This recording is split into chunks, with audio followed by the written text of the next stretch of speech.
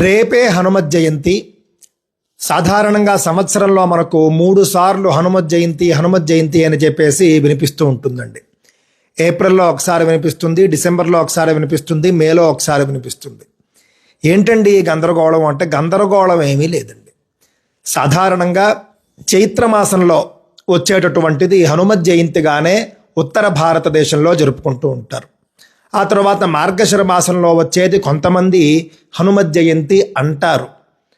సాధారణంగా మన తెలుగు రాష్ట్రాల్లో మాత్రం ముఖ్యంగా వైశాఖ బహుళ దశమిని హనుమత్ జయంతిగా చేస్తారు.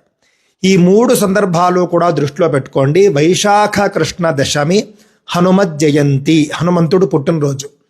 మిగిలిన 2 కూడా, ఒకటి హనుమద్ విజయోత్సవము, ఇంకొకటి హనుమద్ వ్రతము. మార్గశిర మాసంలో వచ్చేది హనుమద్ వ్రతం, చైత్ర మాసంలో వచ్చేది హనుమద్ విజయోత్సవం. హనుమత్ జయంతి మాత్రం ఒకటే.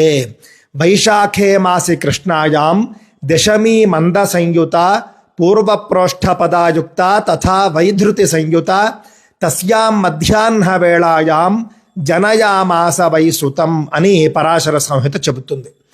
ఈ శ్లోకం ప్రకారం మనం చూసుకుంటే కనుక వైశాఖ మాసంలో కృష్ణపక్షంలో దశమి నాడు శనివారం నాడు వైధృత యోగం ఉండగా పూర్వభాద్ర నక్షత్రం ఉండగా మధ్యాహ్న కాలంలో పుట్టాడు.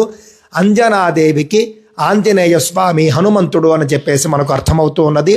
అందరికీ హనుమత్ జయంతి శుభాకాంక్షలు.